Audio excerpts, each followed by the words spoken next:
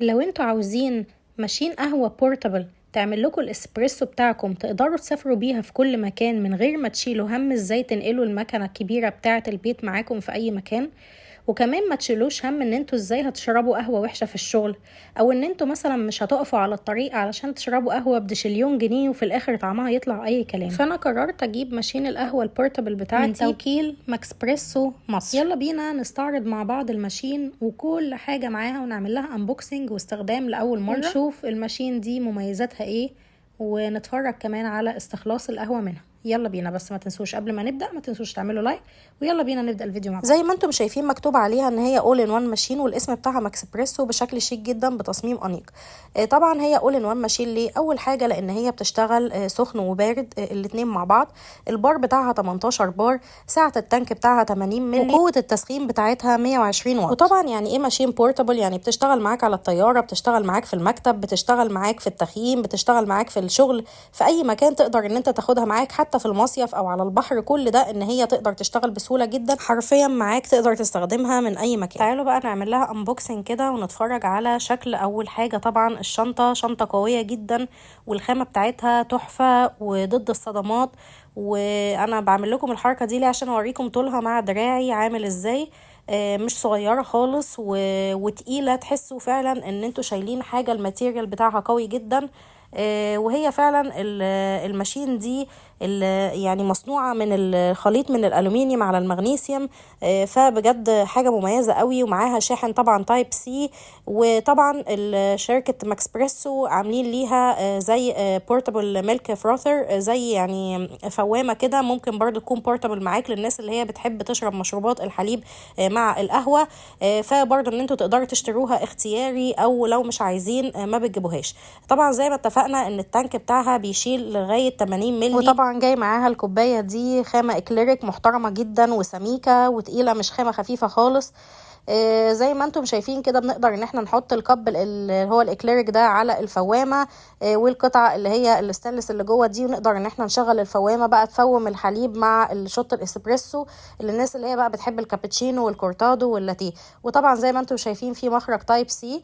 وطبعا مع الماشين بيجي في ادابتر واحد بس، ده بيمشي للكبسولات وبيمشي كمان للباودر. يعني من الاخر كده وفر عليكم ان انتوا تقعدوا تشيلوا بقى كميه ادابترات غير طبيعيه علشان تطلعوا الشوت بتاعكم. طبعا في حاجه اسمها ريليس بريشر، دي بنطلع منها الضغط يمين او شمال كده، يعني بلفات معينه. طبعا كل ده مع الاستخدام دلوقتي واحنا بنشغل الماشين هعرفكم الطريقه ازاي.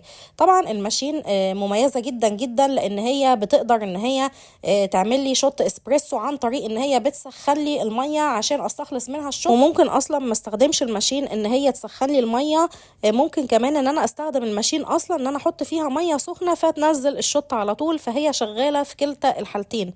مش مضطر ان انا اقعد ادور على مصدر ميه سخنه ان انا احطه في الماشين بحيث ان الماشين تنزل الشوت. لا، ده هي فيها مصدر كمان ان هي ممكن تسخن لي الميه اصلا بسهوله جدا، فهي شغاله كده وشغاله كده عادي جدا. وطبعا انا هفرجكم على الاتنين، يعني الميه السخنه والميه اللي هي الفتره. المره دي دلوقتي حالا احنا بنجرب اللي هي الميه الفتره. حطينا ميه بدرجه حراره الغرفه من الكوبايه زي ما انتم شايفين. فتحت الادابتر وجبت كبسوله، يعني كبسوله متوافقه مع نسبريسو بالشكل اللي انتم شايفينه ده، كبسوله الومنيوم. وحطيت الكبسوله دي في الادابتر بالشكل اللي انتم شايفينه ده، كبسوله نسبريسو زي ما اتفقنا. وبتاكد ان هي راكبه كويس، وبحط القطع الستانلس دي في الادابتر، وبقفل الغطاء بتاع الادابتر عادي جدا زي ما انتم شايفين بالطريقه دي. وخلاص بعمل له اتاتشمنت في الماشين.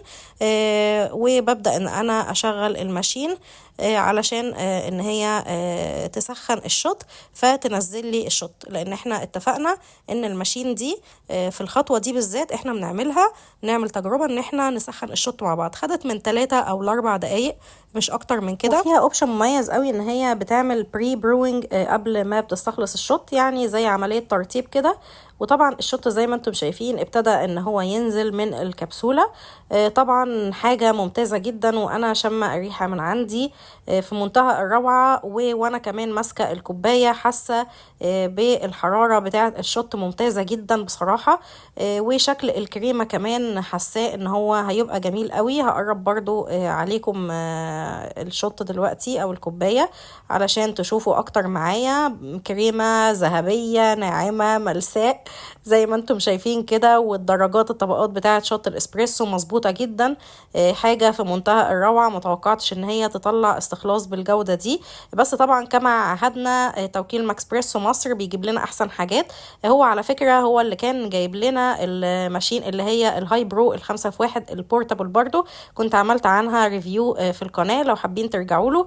وتقريبا اعتقد ان هو برضو لسه موفر منها. وطبعا كل ده احنا هنعمل مقارنات بقى مع الماشينز دي كلها الفترة الجاية. طبعا انا بقلب لكم الشوت عشان تبدأوا تشوفوا الكريمة والكلام ده كله. بعد كده بقى هنجرب ان احنا نستخدم بقى اللي هي المية تكون سخنة. مش هنستخدم الماشين ان هي تسخن المية، لا استخدمنا مية سخنة على طول. بس المرة دي بقى احنا هنجرب قهوة مطحونة طحنة باسكت مضغوط، لان الماشين دي بتعمل باسكت مضغوط. حطينا شوية بن كده مطحون طحنة اسبريسو برضو في الادابتور، وحطينا القطع الستانلس وعملنا اتاتشمنت للادابتور في الماشين. اول دوسة بتنور الماشين، وتاني دوسة بتبدأ ان هي تشغل الشوت. تعالوا بقى نتفرج على الشوت كده وهو نازل. ايه الحلاوة والطعامة دي اقسم بالله. انا شايفة الكريمة من عندي نازلة بكمية رهيبة جدا، ولون الشوت تحفة، وريحة الشوت تحفة. وقوام وهمي. يعني يمكن ده من اجمل الشوتات اللي هي باودر لماشين بورتابل انا استخلصتها لغاية دلوقتي. شايفين الشوت عامل ازاي وتقيل جدا، والكريمة بتاعته عاملة ازاي ممتازة ممتازة ممتازة.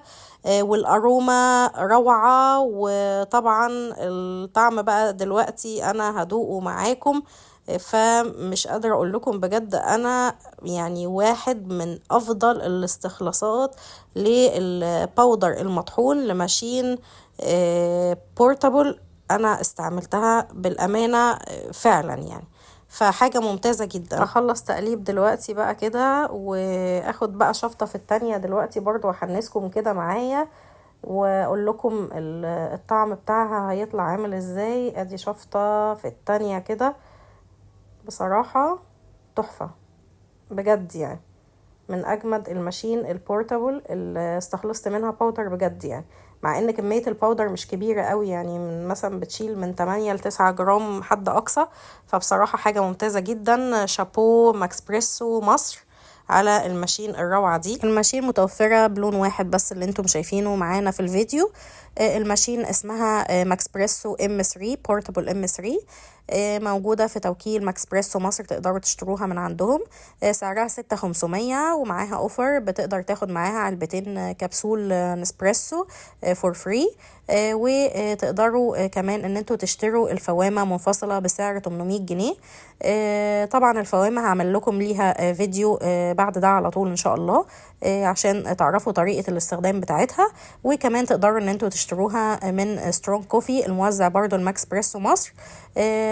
بس كده، اتمنى ان يكون الفيديو عجبكم. لو عجبكم الفيديو ما تنسوش تعملوا لايك وتشتركوا في القناة وتفعلوا الجرس عشان يوصلكم كل جديد، وتدعموني ان انا استمر. ميرسي جدا ليكم. اشوفكم في فيديو جديد. باي باي.